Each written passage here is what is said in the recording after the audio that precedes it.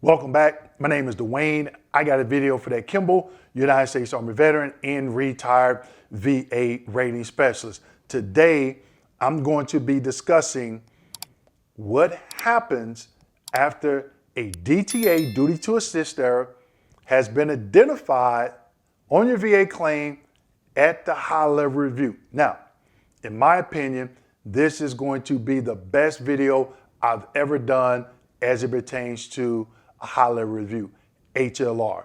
Make sure you stick around because I'm going to give you some nuggets.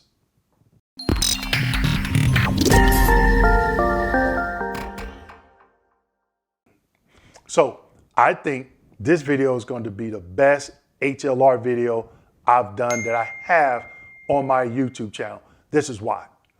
I'm going to be taking you to the next level and talking about some things that I haven't talked about that you need to know, so when you get in that informal conference, you will be able to speak the VA claim language, okay? It's going to be super simple, but make sure you take some notes. Watch this video again if you have to, all right? Let's go ahead and get into it. Slide number 1.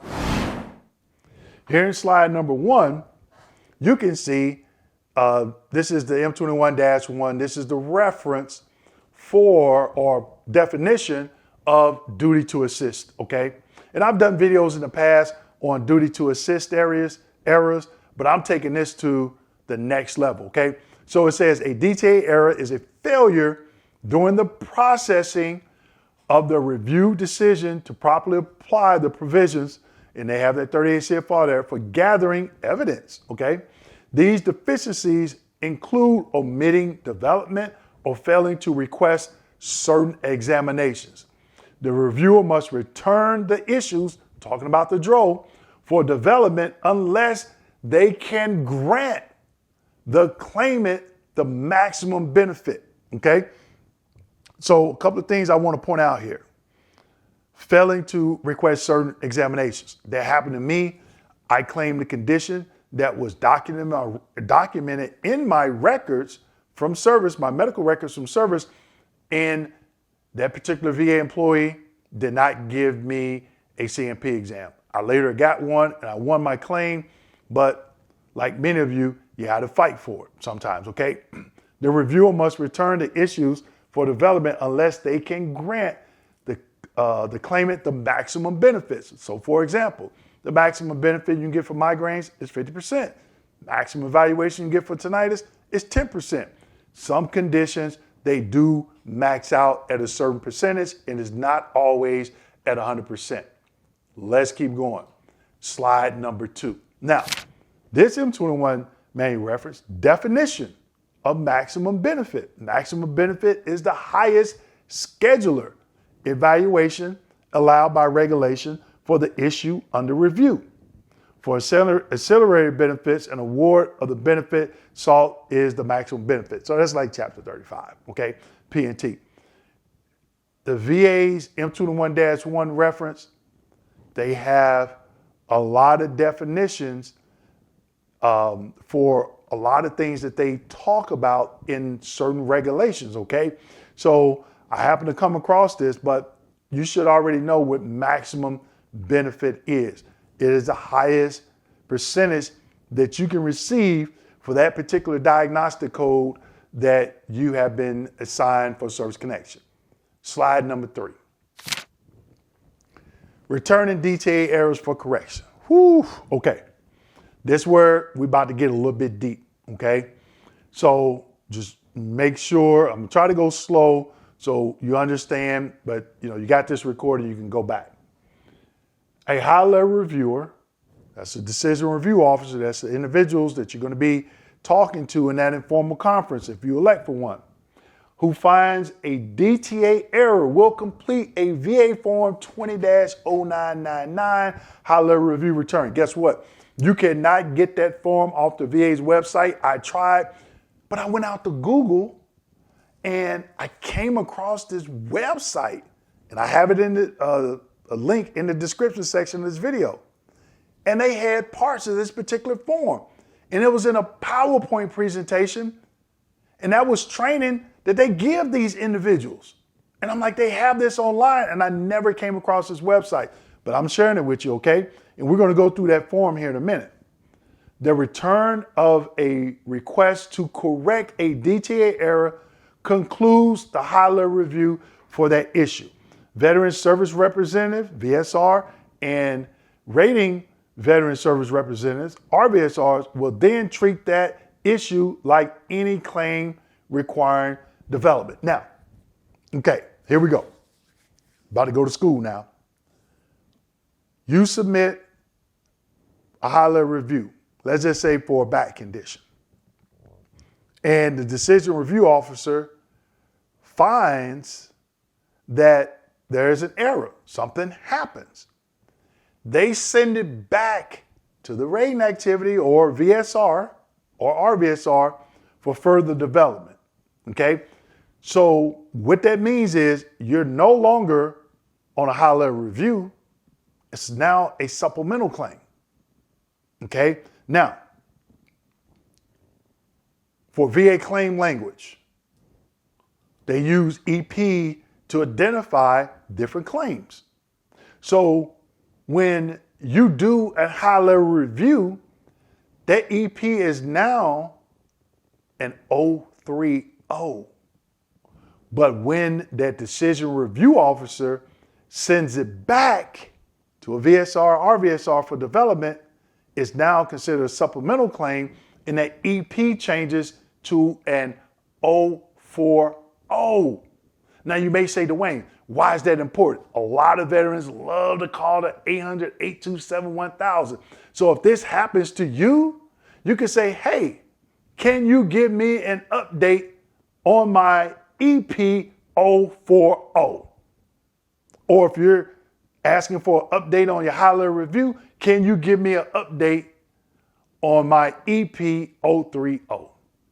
Okay, we're getting a little bit deep here. Now, the last paragraph I have highlighted in red, under the Your Benefit Information section of the decision notice, the reviewer will include the statement below to notify the claimant of the disposition of those issues. We completed your request for a high-level review on the following issues. However, we need to develop additional evidence before you can properly decide your claim. If you get that, it's going to look like a rating decision. So they're just telling you why they kicked it back, the issues that they kicked back. Okay? Now, during that high-level review, you need to be asking them. You say a DTA error, you need to be asking them these questions. So, hey, you're going to do a VA Form 20-0999? Yeah. What are you going to put in it? Can you explain that to me? Okay? This is another reason why you need to submit that FOIA request to get a copy of your VA claims folder, because guess what? This information is going to be in there, and this video is going to help you understand that information. Woo! Nugget, nugget, nugget, nugget. Let's keep going. Slide number 4.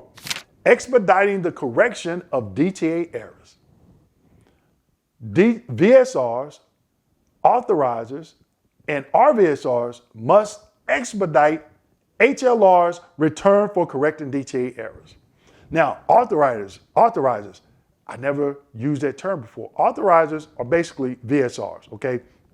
They just have a different function than some of the other VSRs, all right? Must expedite HLR's return for correcting DTA errors. So you know when you had that informal conference, and you know if you had it January 1st, let's say 2024, and now it's June 1st, 2024, they didn't expedite it, okay?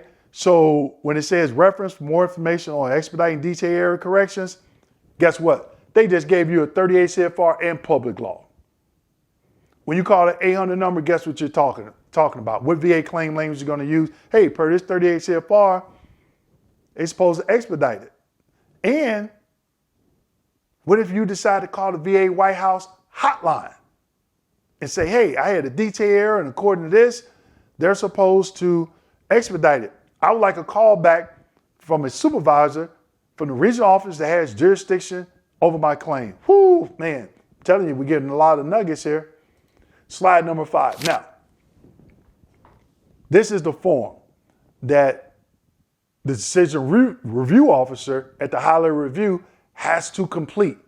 And again, I went to the VA's website under forms. It didn't come up, and I Googled it. And I was like, wait a minute, what is this website? VBAtraining.gov or .com or something like that. Went to it, and it was a PowerPoint.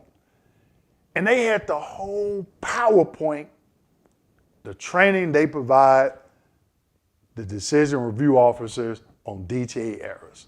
And now you have that information. Booyah! So VA Form 20-0995, what it looks like, POA is up there, identifying information for claimant.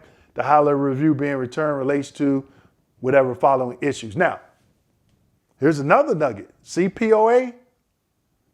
If you have a VSO, POA is a VSO or power of attorney, whoever is representing you, okay? If you have a VSO, claims agent, or lawyer, they have access to VBMS. You don't even have to call the 800 number. Call them. Keep calling them. Bug them.